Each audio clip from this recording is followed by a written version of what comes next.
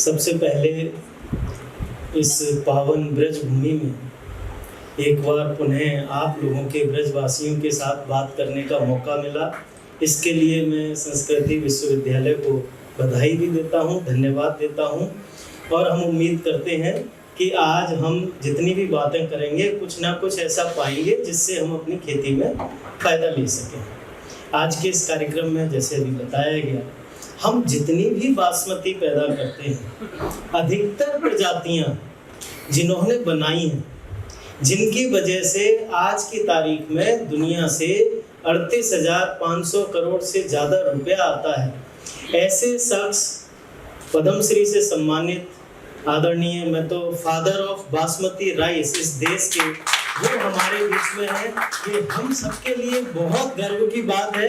और इसके लिए जैसे त्यागी जी ने कहा, एक बार खड़े होके सर के सम्मान में, क्योंकि ऐसी विभूति आसानी से आपको नहीं मिलेंगी। और ये भी संयोग है, ऐसी भूमि पर ऐसी विभूति के साथ बात करना, तो जो भी हम बोलेंगे उनके आगे, मतलब सूर्य के आगे कुछ बात करने की बात है, सूर्य को जल देने जैसी वाली बात है, दिया जलाने की बात है। और साथ में ही doctor JP Sharma ji extension के महारथी, इस देश में पूरे सब जगह IARI से, और उसके बाद स्कॉच जम्मू, मैं भी कई बार जम्मू गया, सर ने बुलाया, कई कार्यक्रम भी किए, वो आपके बीच में ही है, यहीं पर हैं, जो आपको हमेशा यहाँ गाइड कर सकते हैं। तो इन विश्वविद्यालयों से, इन कृषि विभागों से दूरी ना बनाएं, मिलते रहें, चलते रहें। साथ में डॉक्टर अनुपम दीक्षित जी और अग्रवाल साहब ने तो एग्जाम्पल सेट किया है, बल्कि आज का ये कार्यक्रम है तो मैं ईमानदारी से बताऊं तो कम से कम 20-25 बार अग्रवाल साहब ने फोन किया होगा कि नहीं, मथुरा में करना है और गांव में भी कर सकते हैं, यहाँ भी कर सकते हैं। तो इसके पीछे इनका बहुत बड़ा हाथ है। साथ में त्यागी जी, संस्कृति विश्वविद्यालय के बहुत सारे सब लोग प्रोफेसर्स जो इसमें लगे हुए हैं, एग्रीकल्चर सेक्टर से और दूसरी विंग्स से, सभी स्टाफ, किसान भाइयों बहन, सबसे पहले आप सबको राधे राधे। और अब छोटी छोटी 2-4 बातें करेंगे, फिर उसमें मैं कुछ इसमें भी दिखा दूंगा। यदि प्रेजेंटर है तो मुझे दे दो, मैं बढ़ा दूंगा। ये कीबोर्ड आएगा यहाँ तक, एक तो प्रेजेंटर दे दीजिए, ज़्यादा अच्छा रहेगा। कुछ फोटो वगैरह दिखाऊंगा, बाकी कुछ बातें हम ऐसे करेंगे। जैसे डॉक्टर दीक्षित साहब ने बताया कि बासमती कुछ अलग होती है, और किसी में भी खुशबू है, एरोमा है, वो बासमती नहीं है, उसके लिए कुछ करेक्टर डिफाइन है। तो ऐसी आज की तारीख में 45 प्रजातियां अधिसूचित है, नोटिफाइड है, जो बासमती में है। कई बार कुछ बीज कंपनियां कुछ अलग अलग तरीके के बीज आपको देने लगती हैं, नई नई वैरायटी के नाम से, उनसे बचने की कोशिश करें। उसका कारण ये है कि जब आप बासमती पैदा कर रहे हैं और पैदा करके मेहनत करके मंडी में ले जाएंगे, खरीदार आपसे कहेगा ये तो वो नहीं है, ये नहीं है, और फिर रेट कम हो जाएंगे और आपका नुकसान हो जाएगा। यदि कुछ ऐसा है भी तो वैज्ञानिकों से सलाह ले लें, यहाँ से ले लें, हमसे ले लें। हमने हेल्पलाइन बनाई हुई है, आपके सबके पास जो कागज या जो गए हैं इनमें फ़ोन नंबर भी है, तो उससे भी कर सकते हैं। एक मेरा निवेदन है आप सबसे, ये जो कार्यशाला है इसकी सार्थकता तब है क्योंकि हमने बहुत बड़ा कार्यक्रम नहीं रखा है। सार्थकता तब है जब हम यहाँ से बोलते रहें, उसमें मजा नहीं आएगा। जब आप वहाँ से ज्यादा बोलेंगे, यानी कि प्रश्न कितने पूछ सकते हैं, मैं अपनी बात रखूंगा, बीच में जहाँ समझ ना आए वहीं पर आप बोलें, और ऐसा लगे कि बोर हो रहे हैं तो भी बोलते हैं कि नहीं ये मतलब की बात नहीं है, मतलब की करो। तो मैं उम्मीद करता हूं कि ज्यादा से ज्यादा गोले बम क्वेश्चंस के आप यहाँ फेंको, हम कोशिश करेंगे जवाब देने का। नहीं आएगा तो पूछ के देंगे, यहाँ बहुत विद्वान लोग हैं, आपके प्रश्नों के उत्तर जरूर मिलेंगे। तो इसको ये सोच के यहाँ मत बैठिएगा कि हमने सिर्फ सुनना है और जानना है। कार्यशाला का मतलब ही ये होता है कि आप ज्यादा से ज्यादा बोलें, और जितना सब इतना ज्यादा वो नहीं है। अच्छा ठीक है, जैसे आप कुछ नहीं तो घुमा भी सकते, मैं बहुत अच्छा स्लाइड को प्रेजेंटर नहीं है तो वैसे ही दे दीजिए, कीबोर्ड आ जाएगा, तो नहीं तो मैं खुद। चलिए मैं ऐसे ही जब तक बात करता हूँ जब तक ही आएगा। देखो सर ने कुछ बातें कही, मैं उसको और थोड़ा डिफाइन कर दे रहा हूँ। आप जो भी चीज पैदा करते हो, आपकी कमाई जब है जब उसका सही मूल्य मिले, ठीक बात है। और मूल्य सही कब मिलेगा? मूल्य सही कब मिलेगा? मूल्य सही जब मिलेगा जब आप ऐसा पैदा किए हुए हो जो खरीदार को चाहिए। बुरा नहीं मानना, बट हकीकत ये है अभी हम किसान अपने हिसाब से पैदा करते हैं। कौन सी खाद डालनी है, कब डालनी है, कितनी डालनी है, क्या दवाई डालनी है, क्या लागत लगानी है, बस हम एक होड़ में लगे रह गए हैं। पूरे पश्चिमी उत्तर प्रदेश में यही हाल है कि फलाने ने आज 1 कट्टा यूरिया डाल दो, मैं भी 1 कट्टा यूरिया का 1.5 कट्टा डाल, उसकी फसल बहुत ज्यादा गहरी हरे रंग की दिख रही है, मेरी कमजोर कैसे है और इसमें क्या डालूं। और बाद में कोई स्प्रे करा तो पीछे से बच्चा जाएगा या खुद जाओगे कि इसने कौन सी दवाई करी है, उठा के रैपर और फिर आप देख और लाते हो। है कि नहीं है हकीकत? ये हम खेती कर रहे हैं, ये हमारा सब कुछ इससे चल रहा है। तो हम ये दंगल थोड़ी है जो हम कंपटीशन करें पड़ोसी से। आपने खाना उतना देना है जितना पेट को हजम हो, चाहे आप अपने घर में खुद को, चाहे बच्चों को, चाहे फसल को फालतू दोगे तो समझ लो आपका नुकसान, पेट खराब होना है और फिर डॉक्टर पे जाना ही जाना है। जो आजकल बहुत नई नई चीजें अलग अलग बढ़िया बढ़िया पैकिंग में और बहुत मिल रही हैं, उन्हें लेके आप डालोगे, वही वाली बात है कि बाजार में जाके ये वाला पिज्जा, वो वाला बर्गर और फिर पेट खराब हो। तो फालतू इसके चक्कर में ना हो।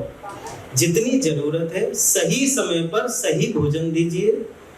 सही, यदि दवाई की जरूरत है, बीमारी है तो दीजिए। अधिकतर किसान भाई क्या करते हैं, धान लगाया नहीं, 8-10 दिन के बाद 2-3 दवाई डालते हो, नहीं डालते? कम से कम एक तो सब डालने, फर्टेरा डाल दो, कार्टेप डाल दो, फूट की दवाई डाल दो। दवाई का मतलब है बीमारी, कीड़ों का इलाज। जब बीमारी आई नहीं, कीड़ा आया नहीं, तो फिर काय की दवाई? आपको पता है संस्कृति यूनिवर्सिटी आ रही है, तो आज तो भाई वर्कशॉप ज्ञान भी होगा और भोजन भी होगा।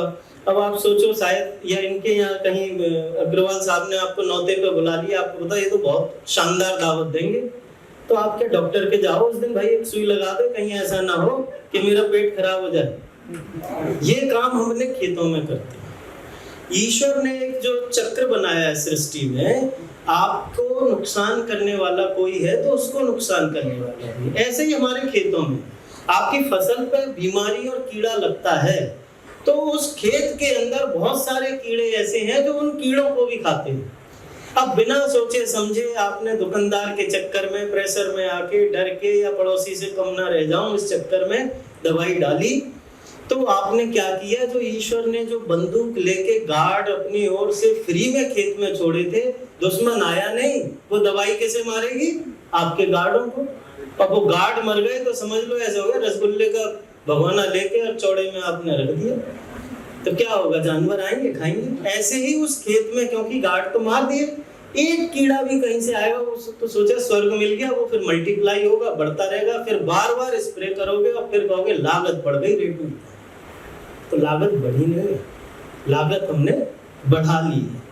तो यही बातें हमें छोटी छोटी करनी है। रेट ज्यादा चाहिए तो सीधी बात है ऐसा पैदा करो जैसा ग्राहक को चाहिए। मैं कई बार उदाहरण देता हूँ, आप बाजार में जाते हो, है? आप कोई कपड़ा खरीदने गए मान लो, तो दुकान बहुत बढ़िया सी है, अच्छी सी है, उसमें घुस गए, उन्होंने दिखाया एक कोई भी कपड़ा, ये लो साहब ये बढ़िया है, आपने कितने का है कि 1000 का ले, 1000 लेके चले आए। ऐसा तो नहीं करते, कहते ये ना और दिखा, आजकल का दिखा, ये तो पुराना दिखा रहा, अरे डिजाइन ऐसी ऐसी आ रही है, इस पे अच्छा नहीं है, दूसरे पे ले। होता है नहीं? और एक दुकानदार वो है, उसे पता है आजकल क्या फैशन है, क्या चल रहा है, उसने वही माल रखना है, तो दिखाएगा साहब ये देखो ना, हाँ जी ये बढ़िया, आपको पसंद आ गया, 1000 का है तो आप 1200 दे आओगे, 1500 मांगेगा वो, और वो 1000 का है 800 में भी दे रहा है, पसंद नहीं है तो नहीं। तो हमारे यहाँ क्या डिमांड है? आप जो पैदा करते हो उसमें क्या चाहते हो? चाहे आप खुद खरीदो, चाहे कहीं बाजार से जाओ, ऐसा अनाज, ऐसे फल, ऐसी सब्जी, ऐसे फूल ऐसे हो जिनके अंदर जहर ना हो। ठीक बात है ना? केमिकल्स ना हो जिससे कि हम बीमार ना हो। यहाँ पे मैं ये नहीं कहता कि केमिकल नहीं डालने, दवाइयाँ बनी है, जरूरत के लिए बनी है, जब बीमारी आए तो डालो, लेकिन वो डालो जिसकी जरूरत है। जितनी मात्रा वैज्ञानिक ने बताई है उतनी डालो। होता क्या है कि आपने एक बीघा, 2 बीघा, 5 बीघा में डालनी है, डालनी है 250 ml, सीसी आएगी आधे लीटर की, पूरी लाए, अरे जे कहाँ पड़ी रहेगी डाल दो। सस्ती है तो और दुगनी कर दो। तीसरा पानी, पानी हम कम लगाते हैं। 1 एकड़ में बताया कि 180-200 लीटर पानी लगाओ फसल की उम्र के अनुसार। आपने 100 लीटर 110 लीटर से ज्यादा लगाने हैं, जल्दी छुट्टी करें तो कंसंट्रेशन बिगड़ गई। एक हर केमिकल का एक पीएचआई होता है, इसे वेटिंग पीरियड भी कैसे, मतलब ये है कि जब आप डालोगे और जब फसल काटोगे उसके बीच में कितने दिन का अंतर होना चाहिए, वो अंतर उसके ऊपर लिखा होता है।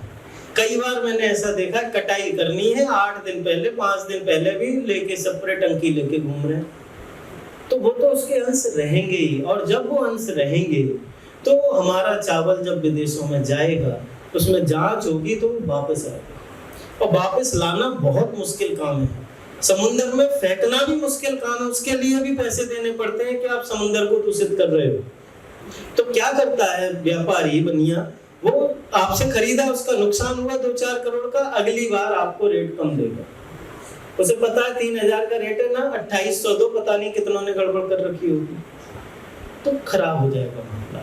दूसरी बात जो त्यागी साहब ने भी कही थी, पूरी दुनिया में एक होता है बाजार, डिमांड किसकी है, बहुत सी चीजों की डिमांड नहीं होती, लेकिन बासमती ईश्वर का एक ऐसा अनमोल तोहफा है, ऐसा वरदान है जो पूरी दुनिया में किसी पे है ही नहीं।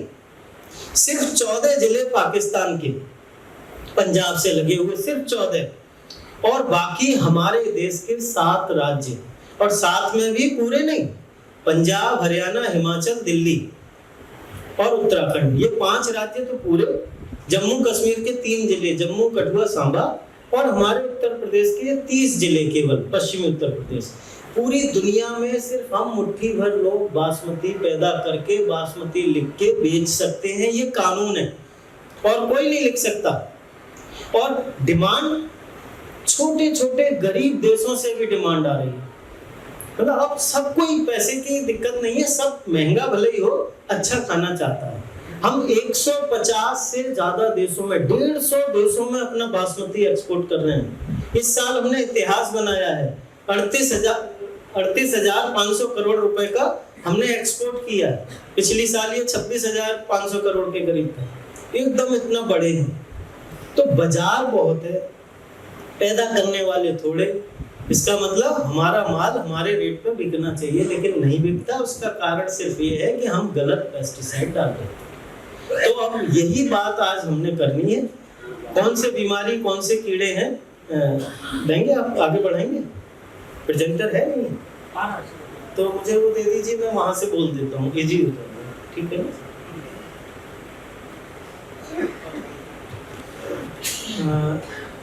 ये थोड़ा सा इंट्रोडक्शन दे दूं, क्योंकि यहाँ मुझे पता है एफपीओ भी हैं, और एफपीओ हैं तो बहुत सारी चीज़ें, या आप भी एक्सपोर्टर बनना चाहते हैं, तो हिंदुस्तान की एकमात्र डेडिकेटेड लैब बासमती की, जिसमें सारी बासमती की टेस्टिंग है, वो ये मोदीपुरम मेरठ में। यहाँ DNA testing, quality testing, pesticide residue, heavy metal, सब टेस्टिंग होते हैं।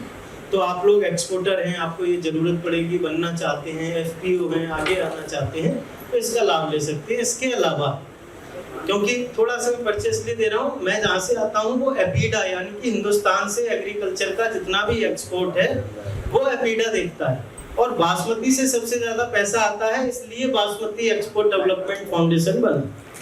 आपको गर्व होगा कि पूरी दुनिया में जो सबसे अच्छी इंडस्ट्री है, बेस्ट, वो हमारी हिंदुस्तान की सबसे अच्छी। ऐसी ऐसी मशीनें हैं, आप जो धान पैदा करते हो उसको ऐसे हीरे जैसा चावल कैरेट में, जैसे हीरे में करते हैं ना, ऐसे कैरेट में कर करके और प्रेजेंट करके बाजारों में दुनिया को भेज सकते हो। लेकिन वो सब मशीनें बंद हो जाएंगी यदि आप अच्छा पैदा नहीं करेंगे। तो एक्सपोर्टरों के लिए वो लैब थी, और किसानों के लिए ये फार्म। यहाँ से हम देश का सबसे अच्छा बीज भी देते हैं, हम यहाँ से नॉलेज भी देते हैं, आप में से सब लोग आ सकते हैं, ट्रेनिंग ले सकते हैं, सारी सुविधाएं यहाँ पर उपलब्ध है। ये कुछ ऐसी वर्कशॉप्स हम लगातार करते रहते हैं। ये चावल के गुड़ की जरूर, ये वैरायटी है। यदि वैरायटी की बात करें अभी क्योंकि दो समस्याएं ज्यादा हैं। एक तो है ब्लास्ट, जिसे आप झोंका के गर्दन तोड़ बोलते हैं, ठीक है। PV1 कितने लोग लगाते हैं? पूसा मुच्छल रूसी तोड़ल लगाते हैं काफी लोग हैं, तो इसमें बहुत आता है। एक तो वो बीमारी, एक है BLB, बैक्टीरियल लीफ ब्लाइट। ये दो हमारी ज्यादा समस्या है।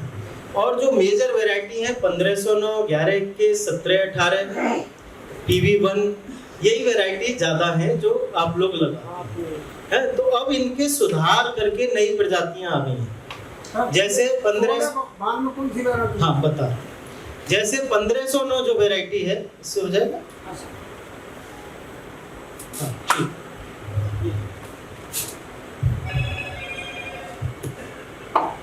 1509 लगाते हैं आप। 1509 जैसी वैरायटी है 1612। 1509 से 3-4 दिन और कम लेगी, उपज उससे ज्यादा है, वैरायटी अच्छी है, बासमती है, इसमें उसका नाम है, ठीक है। इसके बाद जो 1509 में ही, क्योंकि ये समस्या ना आए, तो एक नई वैरायटी आई है जिसका आप में से कुछ लोगों ने बीज लगाया होगा, वो है पूसा बासमती 1847। उसमें ना तो गर्दन तोड़ आएगी और ना BLB आएगी। तो आपको क्या ध्यान रखना है, बहुत से किसानों को हमने पिछले साल देखा 1847 लाए फिर भी गर्दन तोड़ का स्प्रे कर रहे थे। आपने उसका स्प्रे करना ही नहीं है, वो आएगी ही नहीं, उसके अंदर जीन पड़े। ऐसे ही जो 1718 या 1121 लगाते हैं, उनके लिए पूसा बासमती 1885 आ गई। और जो मुच्छल लगाते हैं यानी कि PV1, तो PV1 में एक और थी 1401, PV6, जानते हैं, थोड़ी सी ज्यादा समय लेती है लेकिन चावल उसका सबसे अच्छा है। उसमें सुधार करके ना उसमें BLB आएगी ना ब्लास्ट, वो आ गई है 1886। तो आप में से जिन लोगों ने ये लगाई है तो वो ध्यान रखें, उसमें स्प्रे नहीं करेंगे इनका। और बाकी जिन्होंने नहीं लगाई है वो अगली साल लगा सकते हैं। ये एरिया में बता चुका, GI सर्टिफिकेट, डाटा में बता चुका हूँ, फिर भी आपको एक बार और थोड़ा सा गर्व हो तो देखना चाहें तो मैं दिखा दूँ। ये हमने इस साल 45.6 लाख टन बासमती का एक्सपोर्ट किया है 22-23 में, 38,524 करोड़ रुपए का। और पिछले साल ये लगभग 40 लाख टन था, लेकिन रुपया आया था 26,415 करोड़। तो इस बार अच्छा रेट मिला है, और अच्छा रेट मिला है तो मुझे लगता है लोगों ने कुछ ज्यादा लगाया भी है। बीज की बात कही गई, बीज का बहुत जरूरी है। आप लोग बीज अपना लगाते हैं, बाजार से खरीदते हैं, सरकारी दुकान से मिल जाता है? कौन सी कंपनी का ज्यादा लेते हैं? श्री राम का, BEDF का लेते हैं, बहुत बढ़िया। देखिए BEDF का यदि आपको बीज लेना है, क्योंकि हम कोशिश करते हैं हम देश का सबसे अच्छा बीज दें, तो ध्यान रख लो 20 अप्रैल को आपको मेरठ आके लेना पड़ेगा। बहुत सारे लोग पंजाब से, पूरा जम्मू से रात में 19 तारीख को आ जाते हैं और सुबह 5 बजे ही पहला टोकन लेके लेते हैं। और पहले दिन जब आप आते हो तो उस दिन आप हमारे मेहमान होते हो। आपका नाश्ता, आपका भोजन, आपके लिए इस तरह की वर्कशॉप, सारी व्यवस्था हम उस दिन रखते हैं। लाइन में किसी को नहीं लगाते, टोकन दे देते हैं, नंबर आएगा जब चले जाना, नहीं तो वहां अपना डिस्कशन करो, अपना पूरा दिन लेके आओ, पूरी जानकारी लो, एक एक चीज समझो, सारे साइंटिस्ट रहते हैं, तो आप इसका लाभ उठा सकते हैं। बीज अच्छी जगह से ले, वैरायटी में बता चुका हूँ। ये जो भी सरकारी संस्थान है जैसे पूसा है, BEDF है, एग्रीकल्चर यूनिवर्सिटी है, वहाँ से लें। बाजार से ले रहे हैं तो बिल भी लें, क्योंकि बाजार में ऐसा नहीं है कि सब खराब हैं, बहुत अच्छे लोग भी हैं, लेकिन ज़्यादा अच्छा ये है कि आप अपना बीज खुद बनाने लग जाओ, किसी के ऊपर निर्भर नहीं रहोगे, क्योंकि सरकारी से ले लो या कहीं से भी समस्या आती ही है। हरी खाद जरूर लें, लेकिन लेते नहीं, लेते हैं नहीं लेते, लेते हैं तो लें। मूंग लें, बहुत बढ़िया बात है, मूंग की अब कई वैरायटी आ गई है, फसल भी मिल जाती है, हरी खाद भी हो जाती है। अब बात करते हैं सीधे सीधे खेती की, ठीक है। 10 मिनट में मैं पूरी बात खत्म कर दूंगा, क्वेश्चन होंगे तो ज़्यादा। चाहे आप मेरे यहाँ से बीज लाएं, चाहे आप पूसा से लाएं, पहला काम उसके ऊपर विश्वास नहीं करना। मैं उल्टी बात कह रहा हूँ, अपने आंखें पे भी बिल्कुल विश्वास मत करो, ये मानो ये बेकार बीज है। फिर क्या करें, पहले अपने घर में लाके उसे शुद्ध करो, प्योर करो। कैसे होगा प्योर? सिंपल सा तरीका, कोई बर्तन घर में है, बाल्टी है, कुछ भी है, उसमें आप पानी भरिए, हो सके तो नमक 5-10 रुपए यदि खर्च कर सको तो नमक घोल लो, ठीक है। 10 लीटर पानी है तो आप करीब 150 ग्राम नमक ले लो और उसमें बीज का थैला खोल के धीरे धीरे बीज गिराओ। क्या होगा? हल्के दाने ऊपर तैरेंगे, जो हल्के हैं वो सब बेकार है। हमारा पहला उद्देश्य है कि मेरी नर्सरी के अंदर, पनीरी के अंदर, पौध के अंदर एक एक दाना मजबूत, पहलवान, बढ़िया जाना चाहिए, जिससे मुझे अच्छी फसल मिले। यदि आपने ये छोटी छोटी बातें मैं करूंगा, कोई बहुत बड़ी साइंस नहीं है, तो आपकी फसल बहुत अच्छी होगी, पैसा भी ज्यादा मिलेगा, लागत भी घटेगी। ऊपर जो तैर रहे हैं वो फेंक दीजिए, चाहे कितने भी अच्छे लगे, क्योंकि वो कमजोर है, उनमें बीमारी ग्रस्त हो सकती है, देखने में कैसे भी लगे हटा दो। नीचे तली वालों को साफ पानी में धो, उनको फिर बीज का उपचार जरूर करो, चाहे आप ट्राइकोडर्मा से करो, चाहे आप कार्बेंडाजिम से करो, ये आपकी मर्जी है। ऑर्गेनिक में जा रहे हो या जैसे भी करना चाहते हो कर सकते हो, बट उपचार करना है। फिर 24 घंटे आपने उसको भिगोने के लिए छोड़ देना है। 24 घंटे बाद निकाल के एक ढेर बनाओ, बोरे डाल दो या एक बोरे में ही रख दो और उस पर एक ईंट रख दो, थोड़ी गर्मी से उसमें पैदा हो जाए हीट, तो क्या होगा, इस तरह से सारे जड़ जाएंगे, कल्ले निकल आएंगे। फिर क्या करना है, क्योंकि सीधी सी बात है, आपने बढ़िया काम करना है, आपने अपना घर बढ़िया चलाना है। बच्चा पैदा हुआ नहीं कि आप उसका ध्यान रखना शुरू कर देते हैं, है ना। तो नर्सरी में भी जो बचपन है उसका, उसमें थोड़ा ध्यान दे लो। एरिया भी कम है, आराम से दे भी सकते हो, आगे फसल में ज्यादा टेंशन नहीं होगी। तो बचपन में पूरा फोकस करो, नर्सरी अच्छी बनाओ, लेवल होनी चाहिए, चौड़ाई कम रखो, लंबाई चाहे जितनी रख लो, इस तरह से ये जड़ जाएगा। और इसको जब क्यारी में डालते हो, बहुत सारे किसान कहते हैं साहब बीज लाए फला कंपनी का या वहां का, जमा नहीं, खराब हो गया। होता है, क्यों होता है? बीज तो सारा जड़ा लेकिन चला नहीं, क्योंकि आपने क्या सोचा कि सवेरे सवेरे तड़के उठो, जल्दी 4 बजे 5 बजे जाके पानी लगा के क्यारी में और बीज डाल दो, जिससे ठंडक में हो जाए। 6 बजे 7-8 बजे तक डाल के फ्री हो जाते हो, है ना। फिर क्या हो, जून में नर्सरी डल रही है, दिन में पानी उबलने लगे।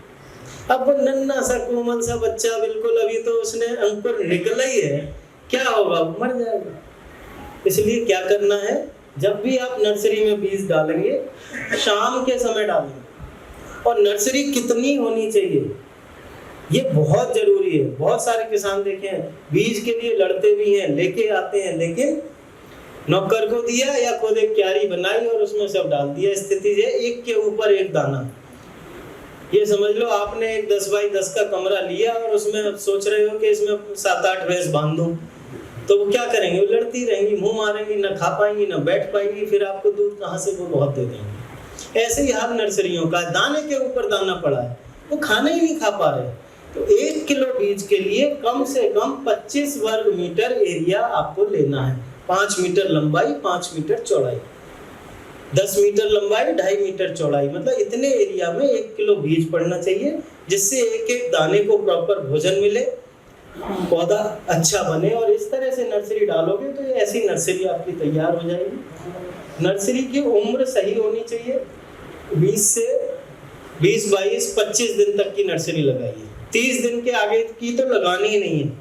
और जो 1509, 1847, 1692 कर रहे हैं, वो कोशिश करें 18-20 दिन की नर्सरी लगा दें, क्योंकि हर उम्र के अपने अपने काम हैं। जैसे हमारा जीवन है ऐसे ही पौधों का जीवन है। यदि आपको उससे बढ़िया संतति चाहिए, बढ़िया फसल चाहिए, तो उसकी 5वीं पत्ती आते ही लगा देना चाहिए। ये नहीं सोचो छोटा है। कई बार क्या हो, घर में ना सबको अपना बच्चा छोटा नजर आता है, अरे अभी तो बालक है, कोई बात नहीं, बालक नहीं है, उसका हर समय हर उम्र का काम है। बालक है तो 40 साल में उसकी शादी नहीं करोगे, ठीक है ना। इसी तरह से सही समय पे लगाना बहुत जरूरी है। अब जो करना है, क्योंकि आपकी नर्सरी तो तैयार है, अब ट्रांसप्लांटिंग की तैयारी में होगी, तो क्या करना है, किसी भी हाल में सूखे में पौध नहीं उखाड़ना, पानी भर के उखाड़नी। आपके यहाँ क्या बोले, सुर्रा, कितनी समस्या है बताओ, हाथ खड़े करो, कितनों को सुर्रा होता है? ये हाल सर, सुर्रा माने बकेने, बकेने को यहाँ सुर्रा बोलते हैं। सुर्रा कह लो, झंडा कह लो, जो भी आप कहते हो। उस बीमारी का कोई दवाई नहीं है। जो आप पैसा खर्च कर रहे हो वो फालतू कर रहे हो। आजकल कुछ ऑर्गेनिक प्रोडक्ट आ रहे हैं जो थोड़े बहुत हैं, लेकिन वो भी अभी टेस्टिंग में है। बहुत ज्यादा कोई कहे कि गारंटी लेके इससे डालने से हो जाएगा, ऐसा नहीं हो पाता। कुछ प्रोडक्ट आए हैं लेकिन बहुत कम है। इलाज उसका बड़ा आसान है, सही समय पे लगाना, बीज का उपचार करना, पानी भर के पौध उखाड़ना, और उखाड़ने के बाद इस तरह से आप इस पौध का भी उपचार कीजिए। अब पौध उपचार किसी से भी गाँव कोई नहीं करता है ना, क्योंकि वैज्ञानिक कहते हैं साहब आप एक टब लेके जाओ, उसमें पानी भरो, दवाई घोलो, उसमें उनको रखो, आपको क्या इसे क्या, ये तो पढ़ा लिखा यहाँ के बात बना के चला जाएगा। करना हमें ट्रैक्टर देखें, लेबर देखें, इसलिए आप नहीं करते। ठीक बात है, क्योंकि आपने दिमाग में बिठा लिया ये काम है। जब आपने काम बिठा लिया तो वो नहीं होगा। लेकिन मैं आपको दूसरे तरीके से वही बात कहता हूँ, सिंपल काम कीजिए। सुबह जाओगे नर्सरी में, पौध लेबर को बताने कहाँ से पौध पाड़नी है, फावड़ा होगा, कस्सी होगी, नाली वाली कहीं है, जैसे ये देख रहे हो, दो फावड़े मारो, मट्टी रखो, नाली में रोक दो, एक इधर रोका लगाओ, एक उधर, बन गया बर्तन। कुछ नहीं करना है, पानी उसमें भरा ही है, भर दो, सुबह पुड़िया ले जाओ, उसमें घोल दो, और बस इतना कह दो लेबर से कि जितनी गुच्छी उखाड़ोगे इसमें डालते रहो, और लगाने वाले वहां से ले जाते रहे। हो गया बहुत अच्छा। मुश्किल काम है, कर सकते हैं नहीं कर सकते, करना है। ये 3 काम किए हैं आपने, सुर्रा 90% तक नहीं आएगा। लेकिन अब समस्या दूसरी हो गई है। पहले ये सिर्फ बीज से आता था, अब आपकी मिट्टी से आता है, और हर खेत में लगभग इसके स्पोर पहुंच गए हैं। तो कितना भी अच्छा बीज ले लो, थोड़ा तापमान, थोड़ा कुछ, बहुत सारे कारण होते हैं, अधिकतर में आ जाता है। तो क्या करना है, अपनी भूमि का शोधन करना है। कोई बड़ा काम नहीं करना है। आप क्या कहते हो, धान लगाना, पाड़े काटना, कद्दू करना, पडलिंग, जो भी बोलते हो। पडलिंग जब आप करते हो आखिरी समय, उसमें 2 किलो ट्राइकोडर्मा 1 एकड़ के हिसाब से आपने डालना है। मैं आगे दिखाऊंगा अभी। तो एक तो ये हो गया, हरी खाद जरूर लीजिए, उसको मिक्स कीजिए। और ये है जैसे ट्राइकोडर्मा ले लो, अभी गोबर की खाद होगी, केंचुए की खाद होगी, उसको छांव में रख के उसको मिला दो, 5-7 दिन रहने दो, वो सारी सफेद सफेद सा हो जाएगी, मल्टीप्लाई हो जाएगी। क्योंकि ये 30-32 डिग्री से ऊपर इतना इफेक्टिव नहीं होता, मतलब मरता बहुत है, और आपके यहाँ गर्मी ज्यादा होती है, इसलिए थोड़ा इसे मल्टीप्लाई कर लो गोबर की खाद में मिला के। और जब कद्दू कर लिया आपने, लास्ट करने से पहले खेत में डाल दीजिए। इससे भूमि का शोधन हो जाएगा और आपके बहुत कम सुर्रा रोग आएगा। मैं खादों की बात इसलिए नहीं कर रहा हूँ कि हमारे साथ डॉक्टर विपिन है, जो कि न्यूट्रिएंट्स के महारथी हैं, बहुत अच्छा बोलते हैं, एक एक चीज ये आपको बताएंगे, तो उस पर मैं कोई बात नहीं कर रहा हूँ। अब ट्रांसप्लांटिंग कैसे करनी है, ये आज के समय की बात है, बहुत छोटी छोटी बातें हैं। पहली बात, उम्र मैंने बता दी, कितनी दूरी पे लगाना है, 1 गुलाम 20 सेंटीमीटर, और लाइन से लाइन भी, पौधे से पौधा भी। अब लाइनों में तो लगाते नहीं, कोशिश करके देखो। इसमें आपको जो लग रहा है ना, 2 आदमी रस्सी पकड़ के खड़े हैं, एक उधर फालतू पैसा जा रहा है, यदि इन पर 500 रुपए जा रहा है तो ये 5000 रुपए आपको वापस आएगा, जो दिखेगा नहीं। क्यों आएगा? एक तो लाइन से लगेगा, सही तरीके से लगेगा तो आपका खेत में जाना आसान होगा। दूसरा, इसमें क्या करना है, हर 10 लाइन के बाद या 15 लाइन के बाद रास्ते छोड़ने, गैप, एक लाइन मत लगाओ। ज्यादा भीड़ भर दोगे, वहां क्या हो, सफोकेशन होगा, दिक्कत होगी, ढंग से हम भी नहीं बैठ पाते। ऐसे ही खेत में आपने बिल्कुल पूरा खेत, इवन डोल के ऊपर भी आपका बस चले तो उस पर भी धान लगाने की कोशिश करो, नहीं लगाना। आप गैप छोड़िए, आपकी उपज बढ़ जाएगी। क्यों बढ़ जाएगी? इन लाइनों में हवा क्रॉस होगी, सूर्य का प्रकाश जो खेत के अंदर घुस नहीं पाता वो पहुंचेगा, क्योंकि खेत के अंदर करोड़ों की संख्या में सूक्ष्म जीव तत्व होते हैं, वो बेचारे काम नहीं कर पाते। जब हवा रोशनी जाएगी तो वो एक्टिव हो जाते हैं। जब वो एक्टिव होंगे तो जमीन में जो भोजन है वो भोजन पौधे को सही से मिलेगा और फसल आपकी बिल्कुल अलग छिटेगी। लाइनों में लगाओ, लाइन में नहीं भी लगा पा रहे हो तो ऐसे बोलो जो लेबर अपना फाट लेके चल रही है यहाँ से यहाँ तक, दूसरे को बोल दो भाई इसने जहाँ आखिरी पौधा लगाया उससे जो है करीब 1.5 फीट छोड़ के लगेगी। टेढ़े मेढ़े बनेंगे बट रास्ते जरूर बनाओ, बहुत जरूरी। गहराई कितनी हो, बहुत छोटी बात है, कभी शायद सोचा हो आपने ज्यादा गहरा नहीं लगाना है, 1.25 इंची गहरा लगाना है। क्यों लगाना है पता है? कोई प्रश्न है तो आप मुझसे पूछ लीजिए। क्यों ज्यादा गहरा नहीं लगाना? क्योंकि जो आपका पौधा है, पौधे की जहां जड़ है, जड़ के ठीक ऊपर एक गांठ होती है, उस गांठ से टिलरिंग होती है, कल्ले निकलते हैं। हम क्या करते हैं, धान लगाया, ट्रैक्टर निकला नहीं कि लेबर कुदादी लगाने को। अब मिट्टी का एक एक कण अलग है, वो पौधा इतना इतना अंदर तक घुसाना पड़ता है जब खड़ा हो। ठीक बात है। तो पहले तो आप जो कद्दू करोगे, पडलिंग करोगे, उसमें और लगाने में थोड़ा अंतर दो। ऐसे प्लानिंग कर लो। आपकी मिट्टी बहुत ऐसी है कि तुरंत ही सेट हो जाती है 2-3 घंटे में, तो 2-3 घंटे का गैप तो नहीं, तो एक दिन पहले जिस खेत में पाड़े काटो, अगले दिन उसमें जो है आप ट्रांसप्लांट करो, तो मिट्टी सेट हो जाएगी। तो 1 इंच गहरा ही लगेगा। और जो आपने अंदर घुसा दिया गांठ से, क्या करना था, पौधा आपने लगाया, लगाने के बाद 7वें दिन 6वें दिन उसमें नया कल्ला आना चाहिए, लेकिन आता नहीं। क्यों नहीं आता? कि जब पौधा कल्ला निकालने की सोचता है, वो देखता है उसकी गांठ तो अंदर घुसी है, फिर वो ऊपर एक नई गांठ बनाता है, 7-8 दिन की मेहनत ताकत उसकी उसमें लग जाती है, फिर कल्ले निकलते हैं, इसलिए कम हो जाते हैं। तो सही गहराई पे लगाओगे तो प्रॉपर आपको टिलरिंग मिलेगी, अच्छा काम आपका होगा। अच्छा, वीडीसाइड सब डालते हैं, लेकिन इसमें भी गलती कर दी, क्योंकि मोदी जी कहते हैं ना स्वच्छ भारत अभियान, और हम चला भी रहे हैं। ऐसे ही हमारा कहना है आप स्वच्छ खेत अभियान चलाइए, क्योंकि जो बीमारी और कीड़े हैं ये कहाँ पनपते हैं? ये पनपते हैं आपकी घास वास पर, दूसरे कबाड़ पर, कूड़े पर। तो उसको खेत में ना रहने दो। तो आप वीडीसाइड यदि डालते हो, कई बार क्या होता है, वीडीसाइड कब डालना है, प्रेटिलाक्लोर या जो भी डालते हो, ट्रांसप्लांटिंग के लगाने के 3 दिन के अंदर खेत में पानी भर के आपको डालना है। किसान भाई करते भी हैं ऐसा, लेकिन दूसरे ही दिन उसमें पानी खोल देते हैं। ये नहीं करना।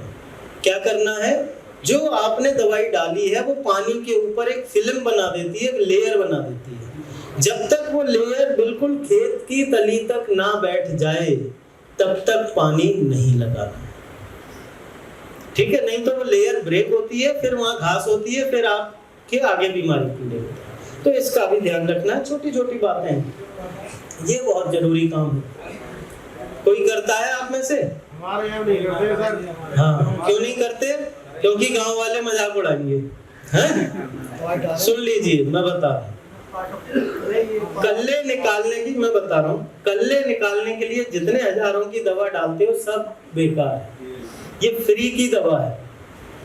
धान लगाने के 12-13 दिन के बाद खेत में पानी भरो, एक कड़ी ले लो या बांस ले लो, 8-10 दिन का वजन 15-16 किलो हो जाए, रस्सी बांधो और पूरे खेत में चलाओ। ऐसा करने से आप जो देखते हो ना धान के खेत में, बिल्कुल एकदम काई सी जम जाती है, एकदम लेयर सी बन जाती है। तो वो वही जो बात मैंने अभी कही, वायु नीचे नहीं जाती, ये समझ लो ऑक्सीजन नहीं मिलती माइक्रो ऑर्गेनिज्म को। ऐसा करने से मिट्टी में रगड़ होने से ऑक्सीजन जाने लगती है, तो जो माइक्रो ऑर्गेनिज्म है वो एक्टिव होते हैं, तो जड़ों का विकास अच्छा होता है, तो पूरे पौधे का विकास अच्छा होता है।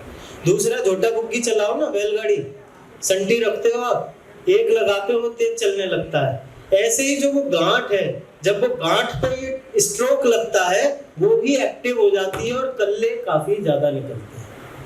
आपको यदि कोई दिक्कत आ रही हो, थोड़े से एरिया में चला के देख लेना, जहां जहां इसमें कम से कम 20 लाख किसान हमारी ये एक्टिविटी में इसको अपनाते हैं।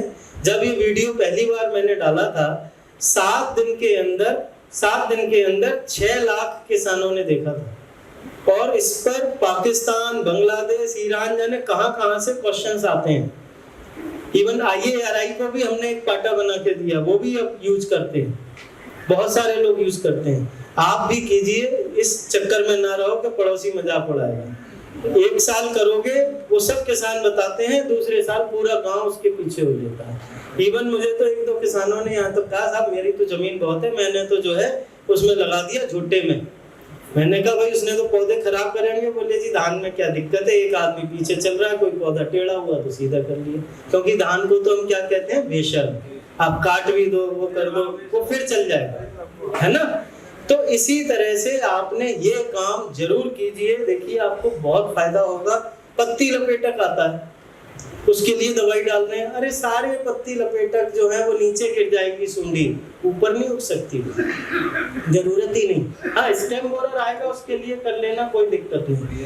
एक इरिगेशन, ये बड़ी समस्या है। पानी है तो खूब भर दिया, पानी, बिजली आ रही है, चलन दो 24 घंटे, नहीं।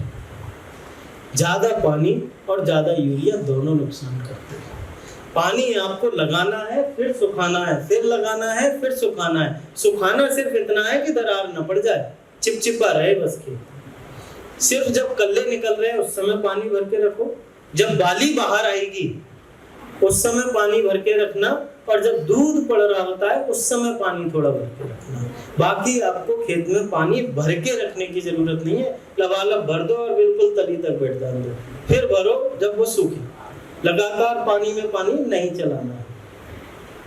कुछ बीमारी कीड़ों की बात कर लेते हैं, ज्यादा बीमारी कीड़े हैं नहीं। तो एक तो गर्दन तोड़ कई तरीके का होता है। एक बकेले, झंडा रोग, सीथ ब्लाइट है, नीचे चॉकलेट जैसे धब्बे बन जाते हैं। सीथ ब्लाइट के लिए आप दवाई डालते हैं। सीथ ब्लाइट कहाँ से आती है पता है? दूब घास के ऊपर इसके स्पोर डेवलप होते हैं। जहाँ डोलों में दूब घास है, जहाँ रोड पे दूब घास है, वहां से ये चलती है। शुरू में किनारे के पौधों पे चॉकलेट जैसे चकत्ते बनेंगे और फिर वो आगे फैलेंगे। क्या करना है? खेत में रोज जाओ, कोनों पे कबाड़ हटाओ, और यदि 2-4 पौधे दिख रहे हैं उखाड़ के उनको फेंक दो, जला दो, दबा दो। खेत का पानी सुखा दो, आगे बढ़ेगी। यदि कहीं ज्यादा आ गई है तो पूरे खेत में स्प्रे मत करो, सिर्फ उतने एरिया में 1-2 मीटर फालतू लेके स्प्रे करो जिससे आप मैनेज कर सको। ये BLB है जिसमें सीधे ऊपर से नीचे की ओर सूखता चलता है, लाइन में एक तरफ या दोनों तरफ। और झंडा हो गया सुर्रा आपका, तो ये मेजर बीमारी है, ये कीड़े हैं। क्योंकि बुरा नहीं मानना, मैं कई बार ये कड़वी बात कहता हूँ कि आपको दुनिया भर का ज्ञान है, आपसे ज्यादा ज्ञानवान कोई नहीं है। जिसकी कुंडली चाहिए आप खंगाल के रख देते हो, उसका बाबा ऐसा था, बहू ऐसी थी, बेटा ऐसा था, सब कुछ आसपास के 10-20 गांव का है। लेकिन आप जो खेती करते आ रहे हो धान की, उसमें 2-3 कीड़े बीमारी हैं, उनको नहीं पहचानते। उनमें अब भी आप दुकानदार से कहते हो मेरे खेत में ऐसा हो रहा है, ऐसा हो रहा, इसकी दवा देते हो, और वो ने पोटली बांधी और आपने डाल दी। इनको पहचान लो। ये जो आपको ब्राउचर मिलते हैं, बुक मिलती हैं, किताबें मिलती हैं, ये भी आपकी दूसरे धार्मिक किताबों से कम नहीं। इनमें फोटो होते हैं, फोटो देखो, पहचानो। ये देखो ऊपर स्टेम बोरर, तना छेदक, गोब की सुंडी, ये आपको बहुत नुकसान करता है, पहचान लो। हम क्या करते हैं, जब वो बाल सूख रही है या गोब सूख गई, जब कहते हैं भाई हमारे यहाँ तो आ गया, गोब की सुंडी बोलते हो, है तना छेदक, फिर दवाई डाल रहे हो, नहीं। ये जो तितली है, ये तितली अंडे देती है, उन अंडों से सुंडी निकलती है और सुंडी नीचे ऐसे छेद करके अंदर घुसती है और पूरा सुखा देती है। तो सुबह के समय जाओ, डोल पे खड़े हो और ऐसे पूरे खेत में यहाँ से वहां तक निगाह दौड़ाओ। पत्ती के ऊपर की तरफ यदि ये इस तरह की तितली बैठी हुई है, 2-4 दिखाई दे रही हैं, बस सतर्क हो जाओ, आपने दवा डाल लेनी चाहिए या उसका इलाज कर लेना चाहिए। लीफ फोल्डर, पत्ती लपेटक है, नीचे वाली धारी है, ऐसे कोई दिक्कत नहीं, उसी से काम हो जाएगा। नहीं तो एक रस्सी पकड़ो, एक ने यहाँ पकड़ी, एक ने यहाँ, खींचते चले जाओ, सुंडी नीचे गिर जाएगी, ऊपर नहीं हो पाएगी। ये हॉपर है। हॉपर भी जब खेत बहना शुरू हो जाए, तेला बोलते हैं ना, पूरा खुद का, तब आप जागते हो, क्योंकि खेत भरा हुआ होता है। लाइनों में लगाया है तो आप घुसोगे, आपको पता चल जाएगा। इसलिए कीड़ों की मॉनिटरिंग करो। ये हमने कुछ फोटो दी। फेरोमोन ट्रैप, आपके यहाँ इस एरिया में तो कुछ कंपनी एक्सपोर्टर काम कर रहे हैं, वो देते हैं आपको, है ना। फेरोमोन ट्रैप में क्या है, ये जो हरा सा कीप है नीचे पन्नी बंध रही है, इसको लगा दिया, इसमें एक रबड़ लगती है छोटी सी, 20-25 रुपए की आती है, उसमें मादा की गंध है। अब बताइए, नर जितने कीड़े हैं वो सारे गंध देखते हुए वहां पहुंचते हैं और उसमें फंस जाते हैं। अब जब नर मादा नहीं मिलेंगे तो अंडे नहीं आएंगे। तो आप ऐसे बचा सकते हो, 1 एकड़ में 2 लगा सकते हो मॉनिटरिंग को, मतलब आपको पता चल जाएगी आपके खेत में आने लगे, और आप चाहते हो उसी से मैनेज करें तो 8 लगाना है। ट्राइकोग्रामा कार्ड है, यदि यहाँ मिल जाते हैं, नहीं तो मेरठ से मंगा सकते हो। इसमें ये पैरासाइट है, 45 रुपए का एक आता है, 2 लगते हैं। इसमें कोई बात नहीं, ना मिले तो चाहो, जहाँ चाह वहां रहा, चाहोगे तो सब मिलेगा, नहीं चाहोगे तो नहीं मिलेगा। ये जो है आपने कैंची से काटना है। सामने टिकट सी जो दिख रही है, इसमें सैकड़ों अंडे हैं, और शाम को पत्ती पर स्टेपल से लगा देना है। रात में क्या होगा, इसमें से निकलेंगे पैरासाइट, और जहां जहां स्टेम बोरर ने, तना छेदक ने अंडे दिए थे, उसके ऊपर जाके उस सबको खा जाएंगे और अपने अंडे निकालना शुरू कर देंगे। फ्री में बहुत सारे साधन हैं, आप ले सकते हो। और ये लाइट ट्रैप, हम कहते हैं लाइट ट्रैप लगाओ, लेकिन खरीदे कहाँ? अरे घर में डब्बे पड़े हैं, कूलर जैसी 4 खिड़की बनाओ, तली में पानी भरो, ऊपर चाइनीज लाइट लगा दो। ट्यूबवेल होगा आपका, ट्यूबवेल पर कनेक्शन भी है, कमरा है, नहीं है तो दीवार, कुछ ना कुछ तो होगा, टंकी होगी, बल्ब लगाओ वहाँ बड़ा सा, और पीले रंग से पेंट कर दो, 10 रुपए का पीला रंग लेकर, और हो सके तो 10 रुपए का ग्रीस और ले जाओ, उसके ऊपर ग्रीस लगाओ। खेत में जब जाओगे सुबह सुबह आपको दिखाई दे जाएगा आपके खेत में कौन कौन से कीड़े आ गए। यदि आपको ये पता चल गया मेरे खेत में क्या आ गया, तो आप दवाई आसानी से कर लोगे। आप डॉक्टर पे जाते हो, मेरे ये समस्या है, जिसने नवज पकड़ ली वो हिट है, और नहीं तो कहो इसकी दवाई सही नहीं, दूसरे पे चल दो। तो वो जो आपने नवज पकड़नी है वो ऐसे पकड़ सकते हो, ठीक है। एक और तरीका है इसमें, किसी ने मुझसे कहा कि साहब मैंने तो ट्यूबवेल पे लगा दिया और मेरा खेत तो बहुत दूर है, इतनी दूर से कीड़ा थोड़ी आएगा, तो क्या कर सकते हैं?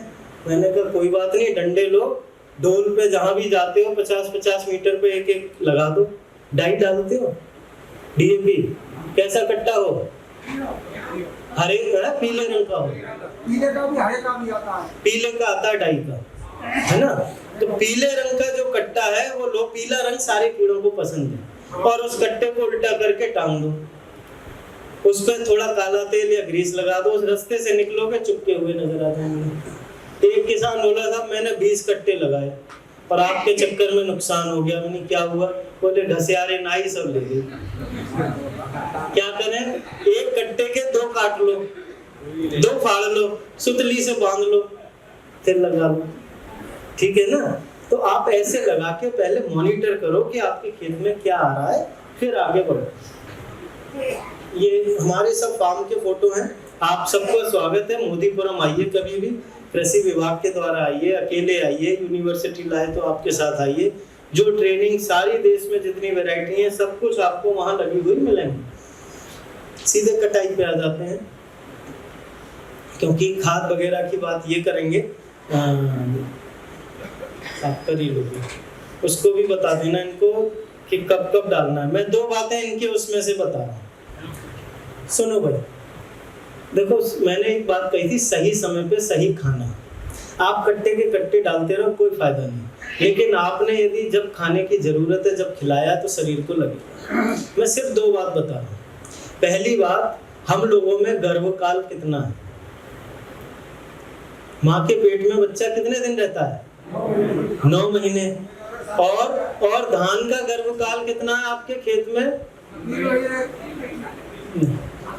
जब बाली बाहर आती है, गर्भकाल पूछ रहा हूं केवल मैं, कितने दिन, जैसे बच्चा पेट में आया उस दिन से जब बाहर आया जब तक का, ऐसे ही आपकी जो बासमती की वैरायटी है 30-32 दिन का गर्भकाल। यदि आपको पता है इसकी बाली जब आएगी, उससे 30-32 दिन पहले एक स्प्रे 19-19-19 का कर देना, 2 किलो पर एकड़, 70-75 रुपए किलो आता है। 1 एकड़ में सिर्फ 150 रुपए का खर्चा। आप समझो आपकी बाली लंबी हो जाएगी, बाली में दानों की संख्या बढ़ जाएगी। और एक स्प्रे और बता रहा हूँ, जब बाली बाहर निकलती है उस समय पर आप दुनिया भर की चीजें डालते हो, पोटास नहीं डालते। डॉक्टर साहब बोरॉन बताएंगे, मैं सिर्फ पोटास बता रहा हूँ। 0050 आता है, उस समय पे डालो तो दाने का भराव अच्छा होगा, दाने में चमक अच्छी आएगी, दाने में बीमारी कम लगेगी। ये 2 स्प्रे आपको करने चाहिए, ठीक है। अब क्योंकि कटाई की बात आ गई, और कटाई क्यों करनी है हमें, क्योंकि मंडी में माल बेचना है, और मंडी में माल बेचना है। टाइम मेरा ज्यादा हो गया, बस 2-3 मिनट में खत्म कर दिया। अच्छा, मंडी में कैसे पैसा ज्यादा निकालें उनकी जेब से, तो आप मंडी की ओर चले जाओ। मैं आप सबको मंडी में ले जा रहा हूँ, ध्यान वहां पे ले जाओ। क्या करते हो आप, ढेरी लगाई, खरीदार आए, घेरा बना लिया, हाथ डाला ढेरी में, इसमें तो मिक्सिंग है, एक दाना मिलते ही आपके 300 रुपए कट है कि नहीं। और वो 2-4 पौधे खेतों में खड़े हैं, वो नहीं काटते, तो वो ध्यान रखना, काट लेना। फिर वो देखेगा दाना तो छोटा है जी। छोटा क्यों है भाई, आपने तो सब कुछ लगाया। छोटा इसलिए है कि आपने कोई पौधा यहाँ, कोई यहाँ दूर दूर लगाया। जो बाहर की लेबर आती है वो तो दूर लगाती है। क्यों दूर लगाती है, ये सब चिंता मत करो, मेड़ा बहुत होगा, 50-50 कल्ले निकलेंगे, है ना। आप खुश होते हो, और जहाँ रह गए कम, आप 1 और कट्टा यूरिया डालते हो खेत भरने के लिए। अब आप अपने घर में 30-30 बच्चे, 20-20 बच्चे करके देखो, बढ़िया रहेगा। तो एक पौधे से 50 कल्ले क्यों लेंगे हमने, कोई 15-18-20 कल्ले बहुत होते हैं। उससे क्या होगा, जब 50 कल्ले हैं, बहुतों में, बाद वालों में बाली नहीं आती, और शुरू की बाली लंबी है तो बाद की छोटी होती जाती है। उसके दाने देखोगे, शुरू वाली बाली पे इतना लंबा दाना है, तो बाद में आधा भी रह जाता है, और खरीदार कहता है छोटे हैं, और आप लड़ते हो कि पैसा नहीं देना इसने, बातें बना रहा है। इसलिए सही दूरी पे लगाना है, सही समय पर खाद देनी है, पोटास का प्रयोग जरूर करना है। और जब अच्छा, उसके बाद क्या करता है, वो मॉइस्चर देखता है, फिर रगड़ा लगाता है, उसमें देखता है साबुत चावल कितना निकल रहा है। कई बार हम क्या करते हैं, हाथ से काटा, जमीन से मिला के और जमीन में बिछा दिया। धान के खेत नमी वाले हैं, दाने मिट्टी के संपर्क में आते हैं, दानों का रंग खराब होता है, दाने भी सांस लेते हैं, क्योंकि वो अगली संतान पैदा करेंगे तो जिंदा है।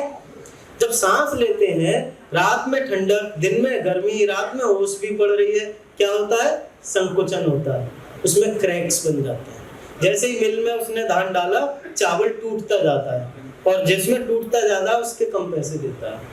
तो यही देखता है। क्या करो, 6 से 8 इंच ऊपर से काटो, इसके ऊपर बिछाओ, दाने मिट्टी के संपर्क में नहीं आएंगे, दानों का रंग खराब नहीं होगा, बढ़िया चमक रहेगी, आपको अच्छा रेट मिलेगा, पैसा तो कोई नहीं लगेगा। ये छोटी छोटी बातें हैं जिनको आप कर सकते हैं, और अच्छे से थ्रेश करो। अच्छा, बीज की बात रह गई। यदि आप दुनिया का सबसे अच्छा बीज बनाना चाहते हो अपने घर में, तो आपने क्या करना है, अभी से प्रण कर लो पहले तो, कि नहीं, मैं दुनिया का सबसे अच्छा बीज बनाऊंगा। उसके बाद एक खेत फिक्स कर लो कि इसमें जो बीज होगा इसे मैं बीज के लिए रखूंगा, ठीक है। अब क्या करना, ये जो ईश्वर ने 2 नेत्र दिए हैं, इनका प्रयोग करना है। शुरू से रोज जाइए, जब भी जाते हैं खेत पे, कोई भी पौधा जरा भी अलग नजर आए, चाहे वो 11-21 लगाई है आपने, 11-21 का ही पौधा है, कहीं पत्ती चौड़ी हो गई, कहीं थोड़ा ऊंचा हो गया, कहीं नीचा रह गया, कट। और काटोगे जब आपने दृढ़ निश्चय किया होगा, काट दीजिए उनको। जब बाली निकलेगी उस समय विशेष ध्यान रखना है। कुछ पौधे देखो खेत में, देखते हो 10, 15, 20 होंगे जो पहले ही निकल आते हैं, भले ही वो उसी वैरायटी के हैं, उनको काटना है, छोड़ना नहीं है, यदि दुनिया का सबसे अच्छा बीज बनाना है। उसके बाद सारे पौधे में बाली निकल आई, फ्लावरिंग हो गई, कुछ आएंगे बहुत लेट, 10-20 पौधे, वो भी काट दीजिए। इस तरह से जो आपका एक साल खेत हो गया, ये बीज की फसल है। बीज कैसे बनता है, बीज बनता है प्रोसेसिंग से, मशीनों पे ले जाना पड़ता है, वहां पे बहुत सारी मशीन है, 20-25 लाख रुपए की, उनमें ग्रेडिंग होती है जब बीज बनता है। मैं आपको वो 20-25 लाख की मशीन फ्री में दे रहा हूँ, आपने कहीं मशीन पे नहीं ले जाना। सिंपल सा तरीका है, आपने फसल काट ली, उसके बाद 2 ठिये बनाओ झाड़ने के लिए, चाहे आप ड्रम लो चाहे जो भी लो, और आपने पकड़ा पूरा बंडल, एक हल्की चोट इस पे मारो और बाकी सारा दूसरे में झाड़ो। क्या होगा, हल्की चोट मारने से जो प्राइमरी टिलर थे, जो शुरुआत की वालियां थी ना, कहते हैं ना पहल का, उस तरह की वो वाले जो हैं वो पहले निकलते हैं, पहले पकते हैं, पहले झड़ते हैं, वो सब वहां झड़ जाएंगे। जो बाकी सारा झाड़ा वो मंडी भेज देना, ये आपकी ग्रेडिंग हो गई बीजों। अच्छे से सुखा के रखना, लेकिन एक गलती मत करना, क्योंकि कुछ जगह लोगों ने की। लास्ट अगली साल में गया तो बताया साहब मैंने तो बहुत बढ़िया बनाया था, लेकिन वो जमा नहीं आता, क्योंकि आपने ज्यादा बढ़िया बनाया तो ज्यादा संभाल के रख लिया। उसने स्टील के डिब्बे में ढक्कन बंद करके रख लिया। वो नहीं करना, पॉलीथिन में नहीं रखना, डाई यूरिया के कट्टों में नहीं रखना, वो रखना जूट के थैले में या कपड़े के थैले में, नहीं तो छबरिया किसी में भी रखो। साफ करके सुखा के रखो, उसको अगली साल प्रयोग करो। ये कुछ छोटी छोटी बातें थी। अब आप जो प्रश्न पूछना चाहें पूछें, क्योंकि ऐसे बोलते रहेंगे दिन निकल जाएगा, अभी हमें सब कुछ सुनना है। थैंक यू साहब, आपके प्रश्न हैं तो पूछिए। कोई बात नहीं, फिर अभी सोच लीजिए, डॉक्टर साहब के लेक्चर के बाद पूछ लीजिए। Thank you very much.